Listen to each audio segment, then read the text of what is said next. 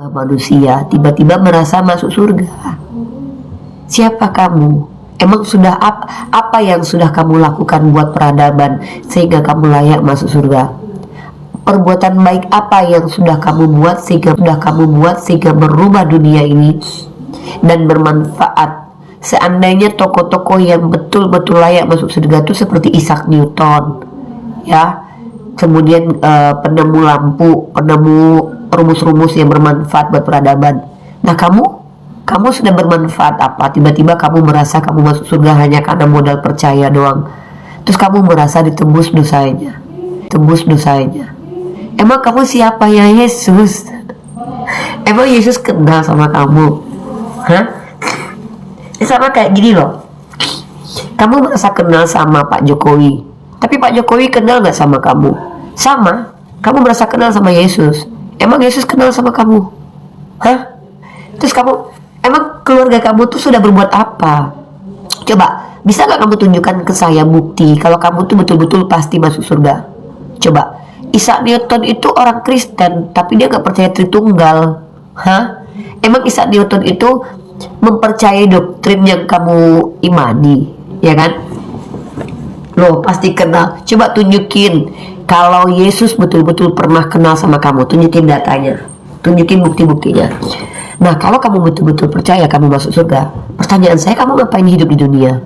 Kenapa nggak kamu cepat-cepat cari cara untuk mati, ketemu sama Tuhan? Coba. Kamu bohong. Sebenarnya kamu hanya menyenangkan dirimu mengatakan saya pasti masuk surga. Itu hanya angan-angan dan cita-citamu, kalian semua yang ngaku anak Tuhan. Sebenarnya kalian itu tidak percaya kalau kalian masuk surga. Karena kalau kalian percaya kalian masuk surga, pasti kalian sudah menghabisi nyawa diri kalian. Yesus dari surga, Lucifer juga dari surga, kan dia malaikat yang berontak. Apa bedanya Yesus dengan Lucifer? Apa bedanya Yesus dengan malaikat yang berontak? Malaikat yang berontak juga berasal dari surga kok. Muhammad dari mana? Saya nggak kenal Muhammad. Yang saya kenal Nabi Muhammad SAW. Dari mana dia? Dia dilahirkan dari seorang perempuan. Dia sama seperti Tuhanmu yang juga keluar dari vagina, ya. Nabi Muhammad dengan Yesus sama-sama keluar dari vagina kok, ya. Nggak masalah. Kamu bilang dari surga, ya aku akui Yesus memang dari surga. Surganya para lelaki, itu vagina. Masa kamu mau bilang Yesus turun didebuk dari langit? Dia itu dilahirkan dari rahim seorang wanita, jalurnya keluar lewat vagina loh, gitu loh. Aisyah 6 tahun, apa kabar? Sehat-sehat saja. Beliau, bahkan Sayyidah Aisyah adalah wanita yang paling bahagia karena memiliki suami seorang nabi, dan bahkan beliau menjadi ulama. Pertanyaan saya, apa kabar dengan ibundanya Tuhan kamu? Sampai sekarang tidak terdengar kabarnya. Ketika anaknya Maria naik ke surga, apa kabar ibunya? Apakah ibunya menjadi orang kaya, orang miskin, mati, masuk sumur, atau jangan-jangan diperkodok orang Romawi? Karena setelah kematian Yesus, setelah katanya Yesus naik ke surga, itu Yerusalem dihajar sama Raja Titus loh. Nah, Bunda Maria itu diapain? Coba, bisa nggak kamu ceritakan ke saya kabar Bunda Maria? Kalau Sayyidah Aisyah, beliau meninggal dengan terhormat. Beliau aman-aman saja, pernikahan beliau bahagia, tidak punya kasus. Nah, pertanyaan saya, apa kabar ibunya Tuhan kamu? Di mana dia sekarang? Nah, apakah masih hidup atau sudah meninggal?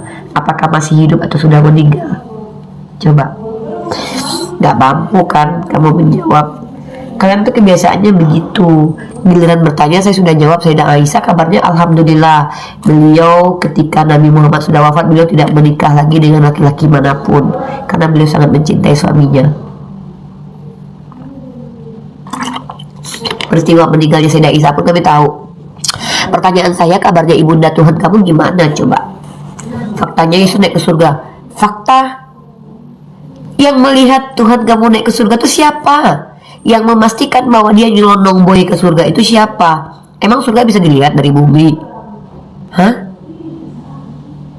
Coba tunjukkan kepada saya bukti otentik bahwa ada satu manusia yang bisa melihat surga dan memastikan bahwa yang dia lihat itu surga, bukan langit. Emang kalau lihat ke atas bisa lihat surga gitu? Hah? Siapa saksi Nabi Muhammad jadi rasul? Allah lah saksinya. Kenapa harus ada saksi? Kenapa harus ada saksi untuk jadi rasul? Emang Tuhanmu punya saksi ketika dia menjelma jadi manusia? Ketika Tuhanmu berubah jadi manusia, yang lihat siapa? Bisa kalian ceritakan sama saya. Hot coffee. Pedofil adalah istilah untuk orang yang memiliki kecenderungan seksual kepada anak kecil, ya. Nah, tunjukkan kepada saya secara ilmiah indikator nabi saya itu pedofil.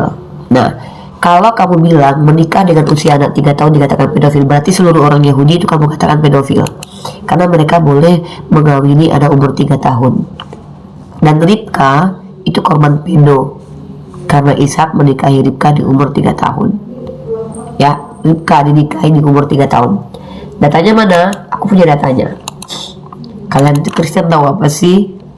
Kalian tuh ngambil kitabnya Yahudi tuh sok tahu lagi tentang isinya. Nih, ya, aku tunjukin bahwa seluruh orang Yahudi menurut orang Kristen itu pedo karena menuduh kalau menikahi anak di bawah umur adalah pedo.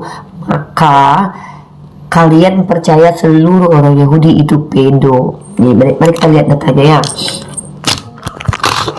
Nih, belajar sama-sama ya kawan-kawan Kristen ya. Nih, ini sefaria.org, Genesis pasal 25 nomor 20. Nah, kamu lihat nih, menurut pendapat Rashi di sini ya, Rashi ini salah satu tokoh atau scholar Kristen, kita translate ya.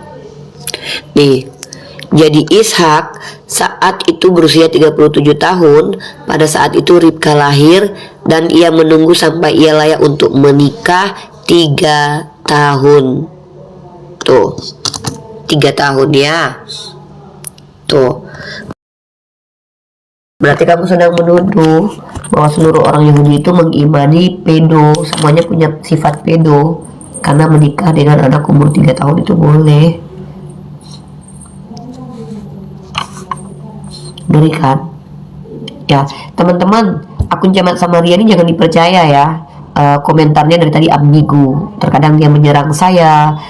Jadi teman-teman jangan terlalu ini ya dengan akun Jamat Samaria ya. Hati-hati loh, akun-akun orang non-muslim dari kalangan Kristen itu banyak menyamar komentarnya. Lihat perilaku mereka itu memang seperti itu, saya lihat ya. Hati-hati aja teman-teman. Buset, neneknya Yesus pedo. Iya, nggak pakai lipstick uni pucat. Kenapa harus pakai lipstick? Lagian kenapa sih wajah saya seperti ini tuh? Muhammad kan Rasul, jadi harusnya jangan begitu. Loh, harusnya Tuhan kamu jangan menghamili bini orang, ya kan? Tuhan kamu menghamili bini orang loh. Santo Yosef itu punya istri namanya Maria, dihamili sama Tuhan kamu. Masa boleh begitu? Ya, masa Tuhan boleh begitu? Harusnya kalau dia hamil itu perempuan yang bukan milik siapa-siapa. Ya, kalau Sayyidah Maryam dihamili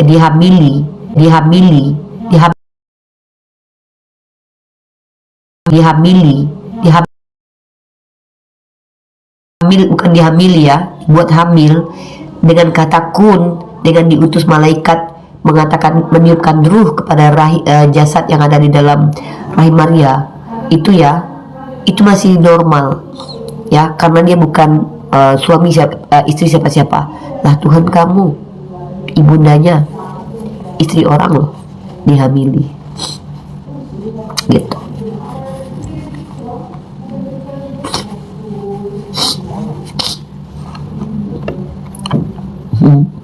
Hot coffee, kamu terguncang kan mengetahui bahwa ternyata orang Yahudi semua kamu tuduh pedofil ya, dan Ishak itu ternyata kamu tuduh pedofil.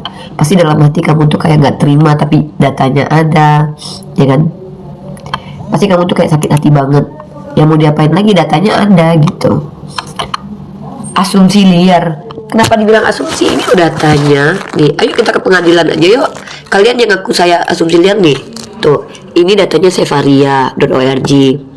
Ini punyanya orang Yahudi, Sefaria nih. Nih, Rashi nih, ya. Nih, jadi Ishak saat itu berusia 37 tahun. Pada saat itu Ribka lahir dan ia menunggu sampai ia layak untuk menikah 3 tahun. Nah, belum lagi kalau kamu lihat ya, dalam teks sarapan pagi biblikal dikatakan juga Gurita Wahyu tidak menolak, tidak bisa membantah bahwa dalam tradisi orang Yahudi hal tersebut juga diperkuat penjelasan dalam ini dikutip sama Gurita Wahyu nih sebagai berikut. Jewish scholar dan rabbis ya mengatakan nih di bahasa Indonesia, sarjana Yahudi dan rabi dianjurkan pernikahannya sebelum masa puberitas, tetapi pada saat yang sama dalam kasus luar biasa anak perempuan usia 3 sampai 12 tahun tuh boleh tuh menurut halakannya Yahudi. Tuhan kamu kan orang Yahudi tuh. Jadi pernikahan usia 3 tahun adalah hal yang resmi dan disetujui menurut halakha. Tuh ditunjukin data bilangnya hoax, giliran ngomong gak berdata kita disuruh percaya. Ada-ada aja di orang Kristen ini, lucu banget. Kalian tuh lucu banget ya. Saya tunjukin data dibilang hoax, giliran kalian ngomong gak pakai data kami disuruh percaya. Kalian tuh ada apa sih? Kalian tuh kenapa sih? Normal gak sih kalian tuh?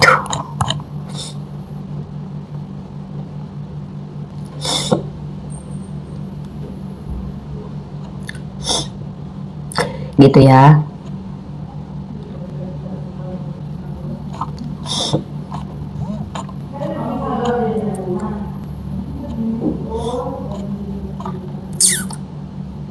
Teman-teman tahu tidak? Teman-teman tahu tidak?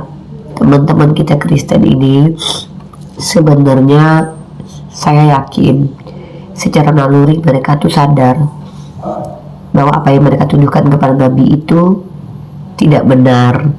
Tapi apalagi yang bisa diserang dari agama kita coba? Al-Quran tidak tersentuh. Al-Quran tidak, mereka nggak bisa serang Al-Quran sebagaimana kita bisa menghancurkan doktrin mereka menggunakan ayat kitab mereka. Tidak ada satupun pendebat Kristen yang mampu menyerang Al-Quran menunjukkan bahwa ada kesalahan secara anakronisme dalam Al-Quran. Kalau kita bisa, contoh, teman-teman pernah nggak baca kitabnya orang Kristen? Antara Septuaginta dengan teks Misora itu ada perbedaan. Coba kalau memang Roh Kudusnya yang mengilhami, apa mungkin Roh Kudusnya mengilhami sesuatu yang salah? Iya kan? Nih aku kasih contoh untuk pagi ini ya. Teman-teman buka Septuaginta. Aku buka Septuaginta ya.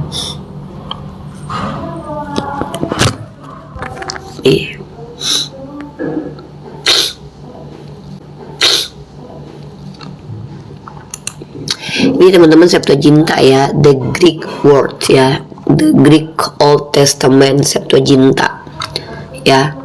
Terus kalau kita buka di sini Hosea teman-teman ya, Hosea pasal ke-11. Bentar ya, signalnya buruk banget guys. Di sini buka juga Hosea ya. Kita buka juga Hosea di sini.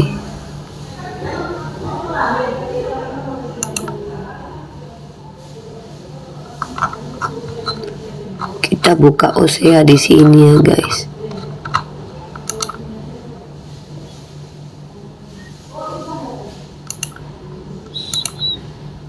Kita buka Hosea. Hosea dalam tanah. Hosea. Nah ini ya, Hosea. Perhatikan teman-teman ya. Hosea pasal 11 nomor 1. Nih, 11 nomor 1. Nah, perhatikan ya. Saya jatuh cinta dengan Israel saat dia masih anak-anak, dan aku telah memanggilnya anakku sejak di Mesir. Dari Mesir kupanggil anakku. Tapi kalau kalian lihat di dalam teks ini,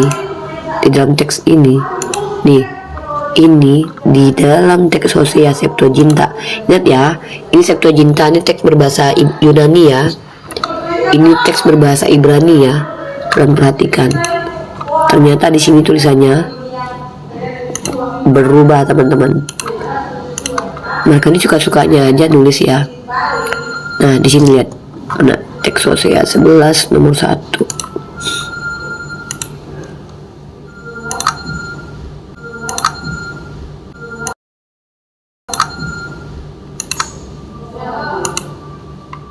Nah, teks Hosea 11 nomor 1. Ini kita translate. Nah, ini ya. Kalau di teks Hosea teman-teman, berubah teksnya. Mereka diusir pagi-pagi, Raja Israel telah diusir sebab Israel masih muda. Aku mengasihi dia. Dari Mesir aku telah memanggil anak-anaknya, ya kan? Dari Mesir aku panggil anak-anaknya. Tapi di Hosea ini teksnya jadi terpangkas. Saya jatuh cinta dengan Israel saat dia masih anak-anak, dan aku telah memanggilnya anakku sejak Mesir. Beda banget kan? Nih Hosea nih. Ada satu lagi yang lebih parah teman-teman. Ada satu lagi ayat yang lebih parah ya. Itu parah banget. Bukan seorang duta melainkan aku gitu ya.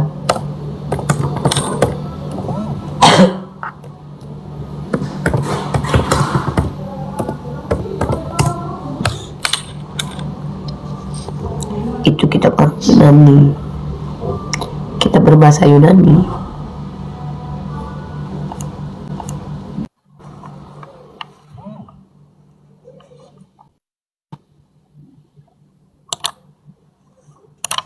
Yesaya 63 nomor 9 teman-teman ya.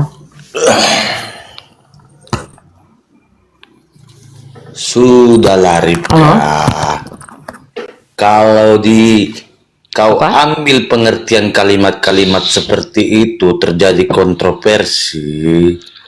Itu yang bukan kontroversi, kontradiksi. Tulisan kalimatnya. Bukan artinya. Kontradiksi. Penulisan kalimatnya dirubah-ubah. Kontradiksi. Nah. Loh, artinya ya, bukan cuman terjemahannya, tapi ayatnya berubah. Ini gimana nih orang nih? Nah, oke, Rika. Salah masih kau bela nih, kau tunjuk nih, kau tengok nih. Kalau tunjukkan kau. Dalam satu buku terjadi kontradiksi. Nah, kau dari tadi udah buka kontradiksi Kristen. Coba kau buka kontradiksi dalam Al-Quran. Quran surah An-Nisa ayat 82. Coba buka. Iya. Kau buka Quran surat An-Nisa ayat 82. Tuh dari sini kau buka ya, biar kau nengok ya. Bentar dulu, aku belum selesai. Aku masih nunjuk. Aku belum selesai loh. Aku belum selesai. Nih aku tunjukkan nih Quran surah 82 nih. Nah ini nih, kau tengok nih. Kau ini, kalau ada kontradiksi di Al-Quran, kau udah diangkat jadi scholar sama orang-orang Kristen, tahu kau? Kau pula yang menunjukkan. Nggak ada satupun sarjana yang pernah menunjukkan. Kau buka itu ya, An-Nisa 82. Apa katanya? Maka apakah mereka tidak memperhatikan Al-Quran? Kalau kiranya Al-Quran itu bukan dari sisi Allah, tentulah mereka mendapat pertentangan yang banyak. Nah mana kontradiksi di dalamnya? Nah, oke, kau buka di Quran surat Al-Baqarah 106.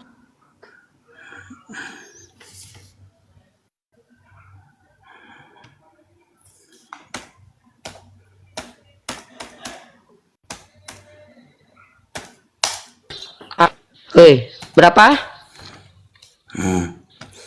Buka berapa? Surat Al-Baqarah berapa? 106. 106.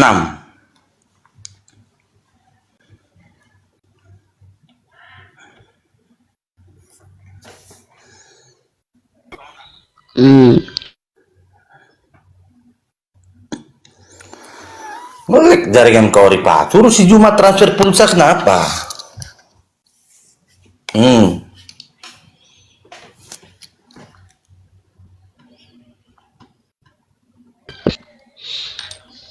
Nah, coba kontradiksi nggak dengan An-Nisa 82? Nih,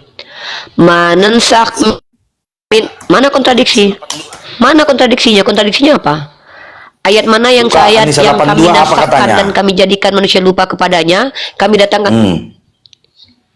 Nih, mana? Ya kontradiksinya apa? Nih kontradiksinya apa? Kau bisa jelaskan nggak kontradiksinya apa? Buka di sini ya. Biar aku dapat poinnya. Nah, di sini kalau Al-Quran tidak datang dari Allah, tentu banyak ikhtilaf. Nah, ya silakan. Bentar. Di Quran surah An-Nisa 82 dikatakan, tidakkah mereka menadaburi Al-Quran? Seandainya Al-Quran itu tidak datang dari sisi Allah, tentulah mereka menemukan banyak pertentangan di dalamnya. Oke ya. Ya, terus? Bentar. Quran surah Al-Nisa, bukan An-Nisa, Al-Nisa. Terus? Al-Nisa 82. Iya, tadi kan kau sudah. Iya, An-Nisa 82. Kau bilang kontradiksi dengan surah Al-Baqarah ayat 106 Al-Baqarah. kan? Apa kontradiksi? Bentar. Nya. Nah ini, tidakkah mereka mentadaburi Al-Quran? Seandainya Al-Quran itu tidak datang dari sisi Allah, tentulah mereka menemukan banyak pertentangan di dalamnya. Sementara di 106 dikatakan Al-Baqarah, ayat yang kami nasak batalkan, kami jadikan manusia lupa padanya, pasti kami ganti dengan yang lebih baik atau yang sebanding dengannya.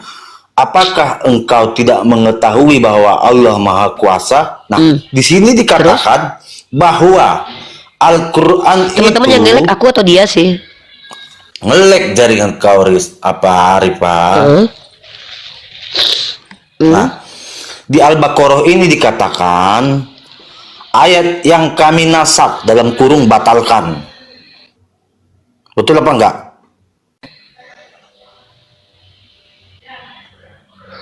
Iya, terus kontradiksinya di mana? Nah, di sini dikatakan ayat dalam Al-Quran kontradiksinya di mana? Ada yang dibatalkan. Nah, sementara di Al-Nisa, Quran itu datang dari sisi Allah. Emangnya sesuatu yang dari sisi Allah bisa dibatalkan? Coba aku tanya kau.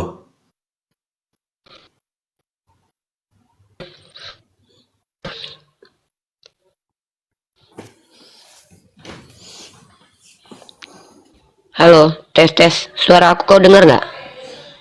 Dengar. Suara aku kau dengar nggak? Nah, dengar ya. Kau tahu nggak arti kontradiksi? Iya. Kontradiksi itu coba berlawanan. sama aku. Arti kontradiksi itu apa? Nah, yang berlawanan yang mana? Dalam surah yang berlawanan. Kalau seandainya ya, nah sekarang gue tanya, dalam surah An-Nisa Allah berkata, kalau Al-Quran tidak datang dari Allah, maka tentu banyak ikhtilaf. Masalahnya ikhtilafnya di mana? Dalam surah yang kau baca itu Allah mengatakan Allah menasakh dan memansuh. Ikhtilaf itu adalah adanya kontradiksi-diksi di dalam Al-Quran. Contoh, dalam surah Al-Baqarah dikatakan ayamlah yang menjadi, contoh nih ya, ayamlah yang menjadi penyelamat. Tiba-tiba dikatakan ayam yang menjatuhkan, yang membuat orang jatuh mati misalnya. Itu kontradiksinya. Contoh nih, contoh kontradiksi. Aku tunjukkan kau. Nih kau harus belajar loh, pahami apa arti kontradiksi. Ini kontradiksi nih. Dalam ayat Hosea 11 di Septuaginta, Tuhan berkata, dari Mesir ku panggil anak-anaknya, anak-anak mereka. Tiba-tiba dalam teks Sefaria, dari Mesir ku panggil anakku. Itu diksinya kontra. Yang satu anak mereka, yang satu lagi anak-anakku. Itu beda. Itu enggak sama. Salah satu pasti salah. Nah, nih, kau tengok satu lagi nih dalam Yesaya pasal 63. Ntar dulu ku aja. Gini loh ya. Kalau kau paham arti kontradiksi, tentu kau bisa menunjukkan mana surat Al-Quran yang kontradiksi, diksinya yang kontra, yang bertentangan dan berlawanan. Nah, Allah mengatakan, kalau Al-Quran itu tidak datang dari Allah, maka akan banyak di dalamnya ikhtilaf. Ada pertentangan, yang satu bertentangan. Lah, ayat yang kau bawa itu ayat pernyataan Allah, bahwa Allah menasakh dan memansuh. Bukan kami yang mengatakan itu ada kontradiksi. Masa gitu aja nggak paham? Nah, sama itu Allah yang di sini tentang hukum-hukum. Bentar. Berarti di sini Allah lagi galau ya menurunkan ayat ini, makanya ada yang dia batalkan gitu. Oh bukan Tuhan lagi galau, mohon maaf. Tuhan galau itu ada di kitabmu ketika Tuhanmu menyesal menciptakan manusia, lalu kemudian mati untuk menebus dosa manusia. Itu namanya penghujatan kau. Kau menghujat. Kalau Tuhan galau nih, Tuhan menyesal nih. Kau bilang Tuhan galau, Tuhan kau menyesal nih. Tuhan menyesal nih, baru Tuhan galau nih ya. Nih. Ini baru galau nih. Menyesallah Allah. Nah itu galau tuh. Nih, kau tahu nggak ayatnya tuh? Nih, aku tunjukkan kau ayat kalau Tuhan kau menyesal. Nah, ini baru nih. Maka menyesallah Tuhan. Ini baru galau nih, Kejadian pasal 6 ayat 6. Maka menyesallah Tuhan bahwa ia telah menjadikan manusia di bumi. Galau dia. Dia menyesal. Kau tahu kan arti menyesal? Kau tahu nggak? Menyesal itu adalah arti sadar akan kesalahan. Berarti Tuhan kau pernah salah. Itu baru penyesalan. Kalau nasakh mansukh itu bukan Tuhan menyesal, nggak. Contoh, ketika di zamannya Nabi Isa tidak boleh makan onta. Di zaman Nabi Musa tidak boleh makan onta untuk menghukum Daud. Karena ayat itu hanya turun untuk Bani Israel dan untuk menghukum Daud dan orang-orang Bani Israel. Ayat itu berlakunya ya untuk Bani Israel. Maka kemudian ayat itu tidak lagi berlaku kepada manusia setelahnya. Itu namanya nasakh mansukh. Atau logikanya gini. Kata Allah misalkannya, hari Senin kalian harus pakai baju warna biru. Bukan kata Allah ya. Ini aku contohkan nasakh mansukh. Kata kepala sekolah, hari Senin kalian pakai baju biru. Setiap hari Senin, setiap hari kalian harus pakai baju biru. Tapi setiap hari Senin, tapi hari Selasa pakai baju batik. Maka tiap Senin kami nggak lagi pakai baju biru, tapi pakai baju batik. Apakah itu bodoh? Tidak. Tetapi memberikan hukum tepat pada masa waktu, ya, waktunya. Ya, itu kau harus pahami. Ya, ketika contoh satu lagi nasakh mansukh. Rasulullah ketika ditanya sama sahabat ketika wahyu masih turun, kata Rasulullah jangan menulis apapun kecuali Al-Quran. Kenapa? Supaya tidak bercampur.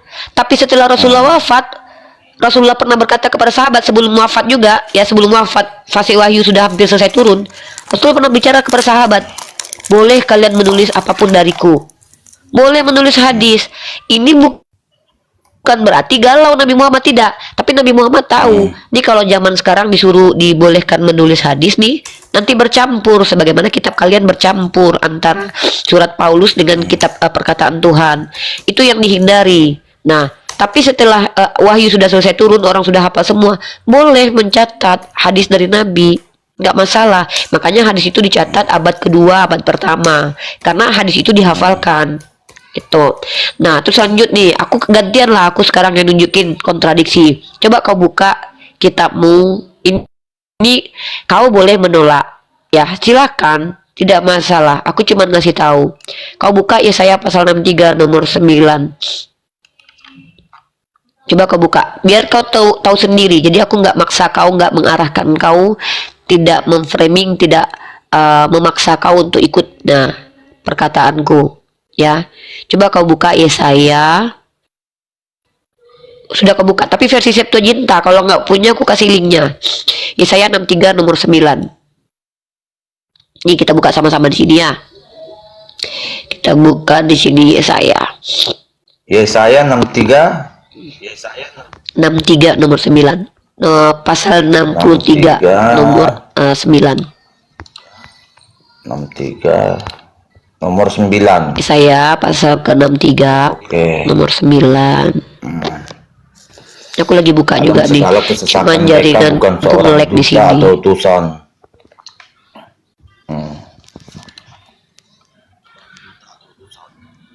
Bacakan itu. Ya. Nih, 63 ya. Kau perhatikan ayat 9-nya aku transit. Nomor 9. Dalam segala kesesakan mereka, bukan seorang duta atau utusan, ya. melainkan sendiri yang menyelamatkan mereka. Terus kontroversi dengan mana? Kau buka teks Mesor. Itu kan Septuaginta bahasa Yunani. Kau buka teks Mesorah yang berbahasa Ibrani. Coba kau buka yang berbahasa Ibrani. Ntar aku bukakan juga dulu. Iya, aku bantu kau buka ya. Kau tahu link Sefaria kan? Itu kan linknya nih. Nih, sorry ya, aku bantu kau nih. Kalau kau nggak percaya Udah sama bantu aku nggak apa-apa. buka aja dari situ. Aku nggak berkewajiban membuat kau paham. Nih ya. Ini kau baca ini ya, nih. Ini Septuaginta ya. Nih. Ini kan Septuaginta nih. Ini Yesaya pasal 63. Kita lihat nomor 9-nya. Dari segala penindasan mereka, ia bukanlah seorang duta atau utusan, tetapi ia sendiri yang menyelamatkan mereka. Betul kan? Tapi coba kau lihat di Sefaria. Ya. Coba kau lihat di Sefaria, Yesaya pasal 63. Ya, nomor 9. Nah, nih. Mana ya? Bukan ayat 9. Kalau di Sefaria dia jadi ayat ke bukan 9 dalam ayat jadi ini nih. Kau baca nih. Dalam segala kesusahan mereka, Tuhan merasa gelisah. Tuh. Dan malaikat kehadiran ilahi menyelamatkan mereka. Melech. Nah, nih kau bahasa Ibraninya aku sedikit-sedikit kan belajar bahasa Ibrani itu. Ya. Di sini Melech Tuhan, malaikat Tuhan, dan malaikat kehadiran ilahi. Tapi kalau baca Septuaginta, ini namanya kontradiksi, ya, bertentangan dia. Yang satu katanya malaikat. Nih, dari segala ini ya, ingat ya, Septuaginta ini kitab pertama loh, 4 abad sebelum Masehi. Sefaria ini abad ke-10.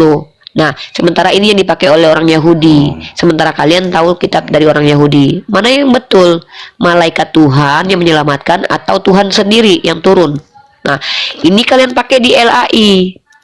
LAI itu kan mengambil terjemahan kan ada 2.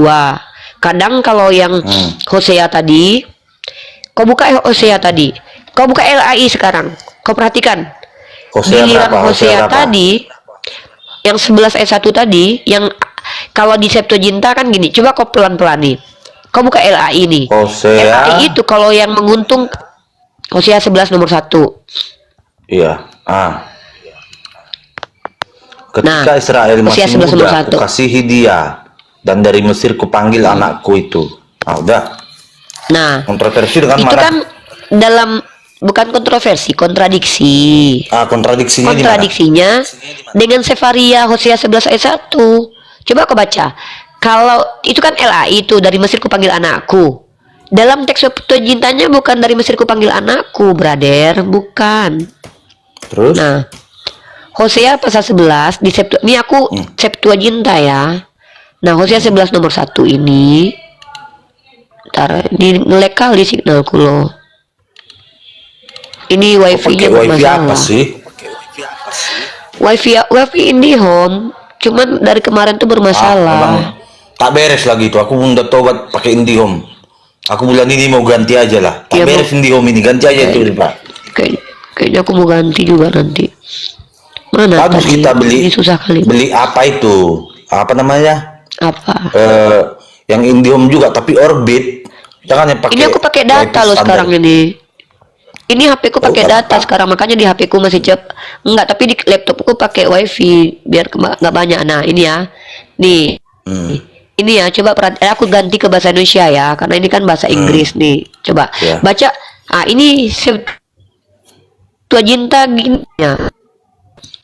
Diusir pagi-pagi, Raja Israel telah diusir, sebab Israel dari Mesir aku telah anaknya. Septuaginta ini Tuhan sedang memanggil anak-anak Israel, bukan anaknya yang adalah dijadikan nubuatan untuk Yesus. Nah, coba itu kan Septuaginta tuh. Di Sefaria ditulisnya begini, dari Mesir ku panggil anakku. Nah, LAI karena menguntungkan untuk doktrin Kristen diambil teks Sefaria. Paham nggak? Giliran Yesaya 63:9 tadi, LAI mengambil teks Septuaginta.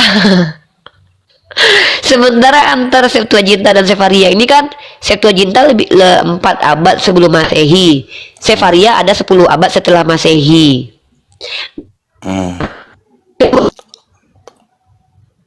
Tapi tentang mana yang menguntungkan doktrin Kristen dia ambil gitu. Nah, itu yang namanya kontradiksi. Bahkan dalam kitab Samuel dan Tawarikh itu ada kontradiksi parah tuh. Tahu nggak itu? Kamu tahu nggak itu? Coba buka aja. Tentang ini. Maka bangkitlah murka Tuhan. Nih, coba ini catat dulu. Nanti mana tuh ada orang Islam nanya, kau bisa jawab. Kau carikan dulu jawabannya kayak mana. Gak apa-apa. Coba kau pelajari dulu gimana Bu Rita Wahyu menjawabnya. Yaudah, Ya begini, sekarang Rifa. kontradiksi yang parah ya. Bentar, Rifa, antara bentar. iblis Pak, dengan bentar, Tuhan nggak bentar. bisa dibedakan. Kayak mana? Maksud saya gini, itu yang direvisi atau yang kontradiksi, apakah teks aslinya atau terjemahannya? Teks aslinya nih, makanya aku tunjukkan Septuaginta nih loh. Ini kan kita bisa, aku kan walaupun sedikit-sedikit belajar, kan aku juga harus belajar nih bagaimanapun juga.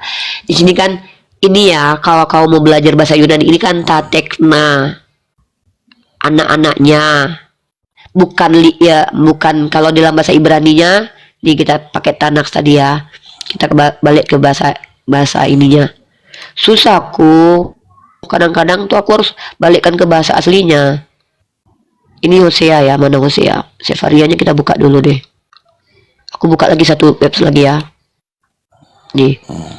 Sefaria. Hosea.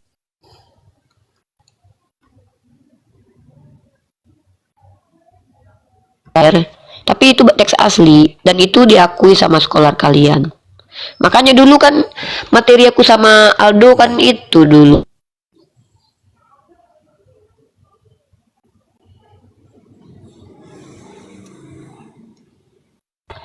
Itu kenapa siapa namanya Bart Ehrman itu mengatakan bahwa Bible itu bukan firman Tuhan gara-gara kesalahan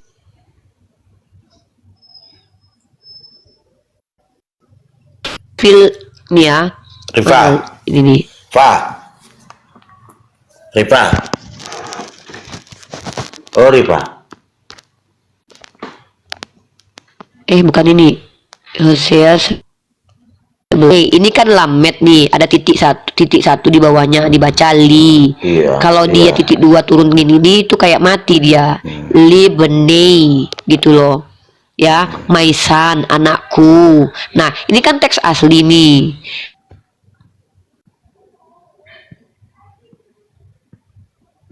Nih. Nah, ini coba cari artinya apa ini? Ini merujuk kepada jama atau singular. Ini kan plural. Plural itu kan banyak. Merujuk ke anak-anak, memanggil anak-anaknya, bukan anak dia gitu loh. Nah, di Sefarianya ini anakku gitu. Maksudnya tuh perbedaannya itu gini loh, ya. Kalau di situ dikatakan Tuhan itu memanggil anak-anaknya Bani Israel. Masalahnya kan memang anak-anak Bani Israel itu kan dipanggil dari Mesir kan, 12 suku. Iya kan? Iya. Betul nggak? Betul. Nah, tapi di Sefaria justru diganti dengan dari Mesir ku panggil anakku. Seolah-olah karena orang Israel yang tulis buku ini, yang menjadi anak Tuhan itu si Israelnya. Anak Tuhan. Kan ini kan makna yang jauh banget ini. Dari Mesir aku memanggil anak-anaknya, berarti Tuhan bicara tentang anaknya Israel. Bentar. Gini aja. Ini demi kebaikan live-mu. Iva stop dulu live-nya biar penonton gampang mencernanya. Perbaiki dulu sinyalnya. Dari tadi ngelik loh. Tanya penonton tuh. Susah kita untuk memang kayak gini ya mengerti beberapa hari. Iva ngomong ke arah mana. Sinyal Iva ngelik terus loh dari tadi. Bentar dulu. Tunggu. Iva stop aja dulu live-nya dulu. Ganti kartu aja dulu. Nggak bisa ganti kartu. Pertama ini tunggu dulu, aku pakai wifi lagi. Dia memang kayak gitu di Ternate. Ternate itu memang kadang-kadang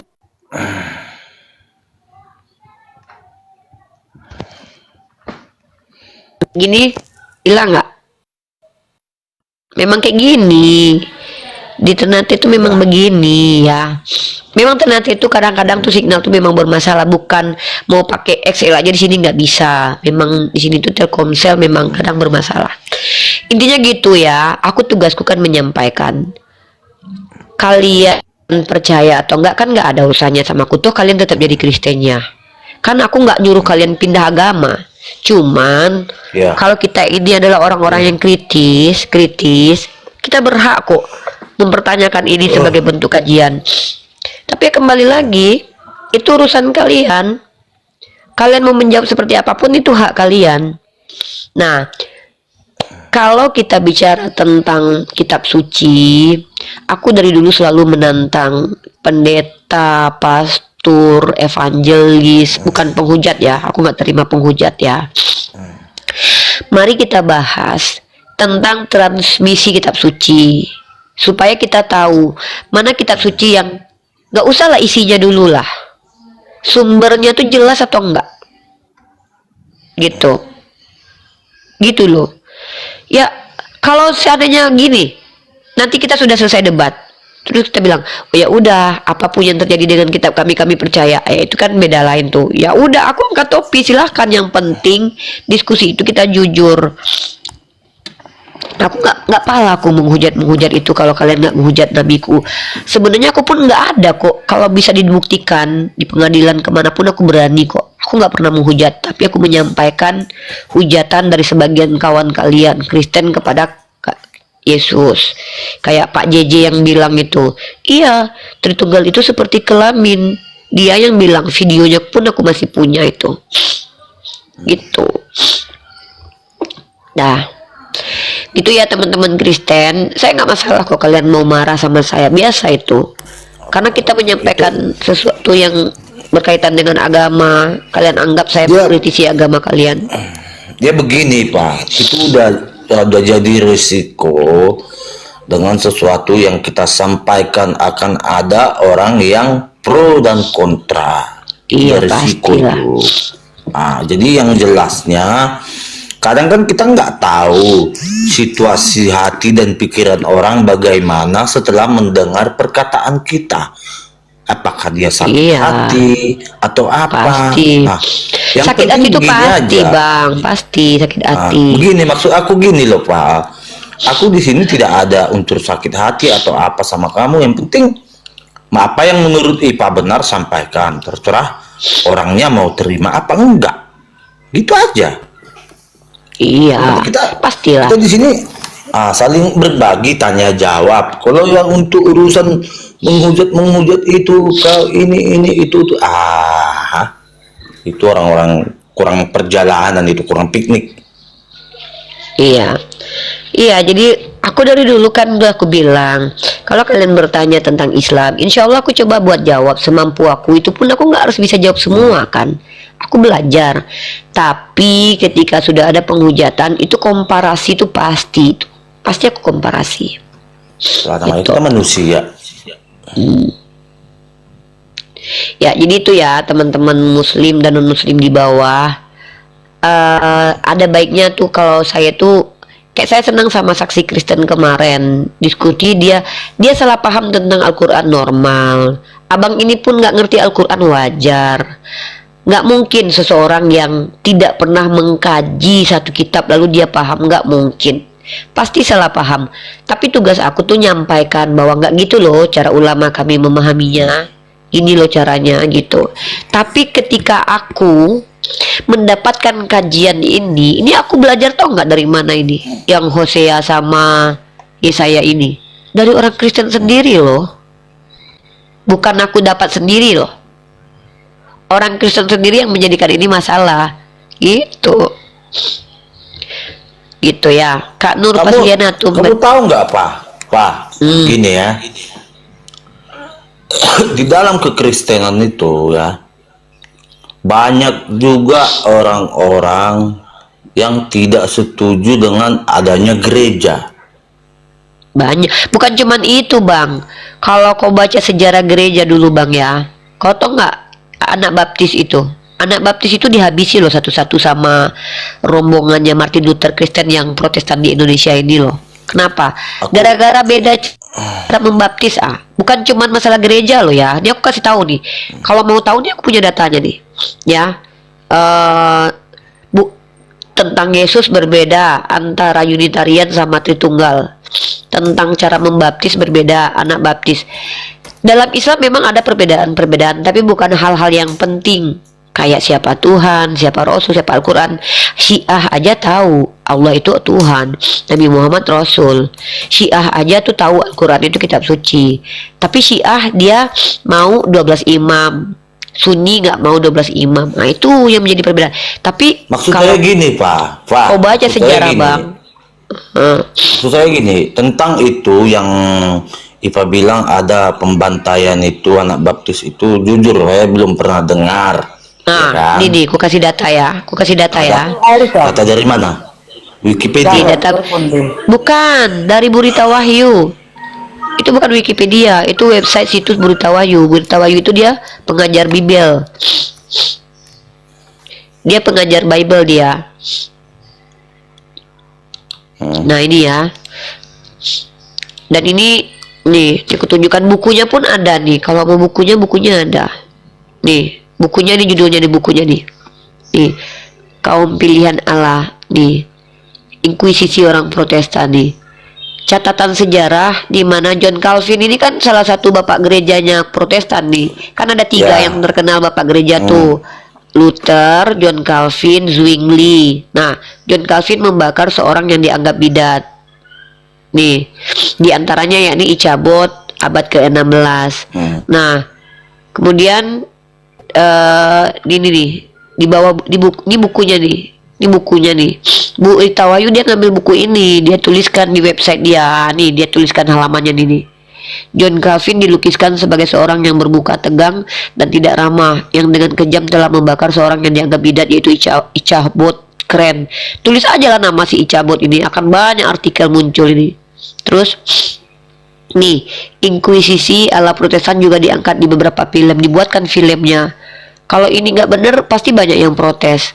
John Calvin, tokoh reformasi yang diagungkan sebagian dendam hingga sekarang, ternyata juga manusia biasa yang terjebak dalam syahwat kekuasaan. Dia menginkuisisi orang-orang anak baptis. Anak baptis itu tuh penganiayaan atas nama Yesus, reformasi kepalang tanggung. Martin Luther ini dia nggak pernah melakukan inkuisisi, tapi dia buat buku. Dia buat buku yang mengatakan orang Yahudi itu keturunan iblis, pilihan iblis. Jadi benci orang-orang. Nah nih, reformator yang tercatat paling banyak menghabisi anak baptis adalah Zwingli. Ini 3 orang nih. Luther, Zwingli, sama John Calvin. Itu 3 orang itu bapak-bapak Kristen Protestan loh. Nih, anak baptis. Anak baptis ini paling ngeri loh nasibnya dulu loh, sama kayak Unitarian juga. Nah, anak baptis lain korban penghabisan nyawa dari Zwingli adalah George Belarok. Nih, seorang pelayan anak baptis yang lebih efektif tuh. Tuh satu lagi, ini nama-nama semua mereka nih, nanti mau kubukukan nanti ini. Nah, jadi gini Pak, maksud saya gini Pak. Tuh. Nah, maksud saya gini Pak, ya kan? Itu kan tidak ada tertera perintah itu dalam Bible, ya kan, untuk menghabisi ini. Maksud saya gini Pak, bagaimana seseorang menerjemahkan dan melaksanakan apa yang dia baca dalam kitabnya? Nah, itu tidak bisa kita gambarkan bahwa itulah yang tertulis dalam Alkitabnya. Nah, saya pernah dengar ya, Pak. Saya mau bentar Pak. Saya mau gini. Saya pernah dengar kisah tentang istilah nikah halala dalam Al-Quran. Ipa pernah dengar nggak? Enggak, tunjukin aja ayatnya. Sebentar. Nah, sebelumnya ya, kutanggapi dulu perkataanmu ya Bang. Ya. Kutanggapi pernyataanmu Bang. Memang betul Bang. Tergantung kepada seseorang membaca kitab suci lalu mentafsirnya seperti apa kan. Masalahnya abangku, yang mentafsirkan kitab suci Anda untuk boleh menghabisi nyawa orang yang dianggap bidat itu adalah petinggi-petinggi gereja kalian. Nih aku kasih data lagi nih. Aku bilang aku berdata loh ya. Aku nggak mau bicara. Aku mengutip aja lah. Cobalah kau baca ini Bang.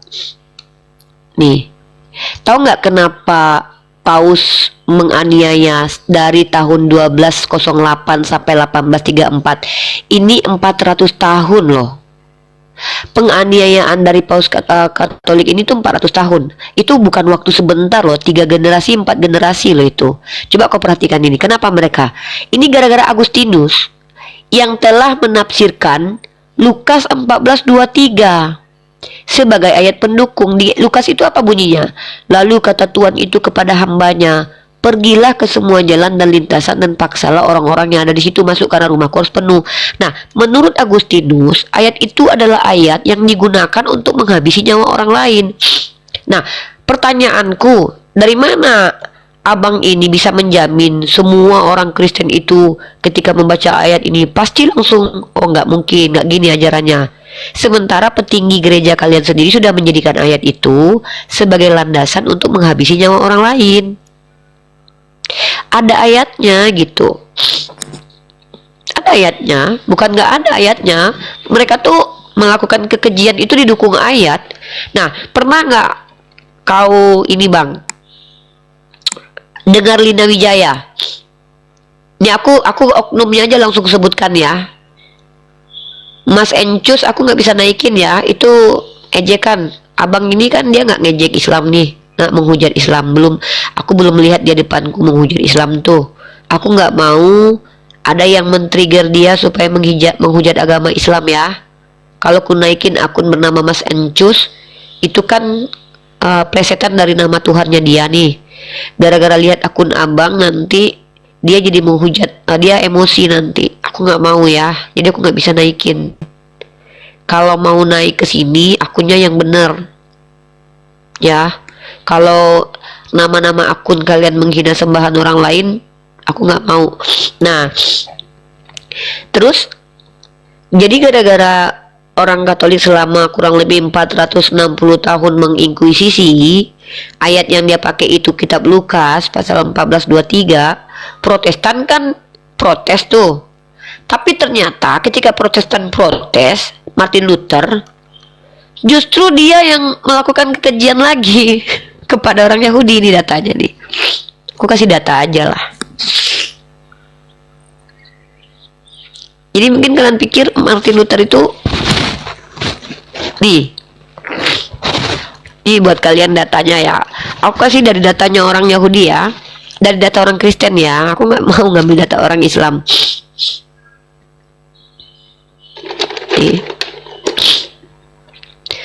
Ini ya linknya One for Israel. Ini adalah situs orang Kristen. Silakan. Bless all Israel with Jesus. One for Israel. Ini copyrightnya ya. Apa? Ini dia. Data dari website ini ya. Nah, coba kalian baca ini. Baca baik-baik ya. Aku translatekan. Aku translate ke bahasa Indonesia. Nah, Luther terkenal karena mendorong reformasi Protestan ke dalam tindakan, dan juga yang kurang terkenal karena menulis tulisan-tulisan antisemit yang begitu pedas sehingga menginspirasi Hitler. Tuh. Artinya Martin Luther yang tadinya konon katanya membela orang Yahudi awalnya, justru malah membuat buku yang membenci orang Yahudi.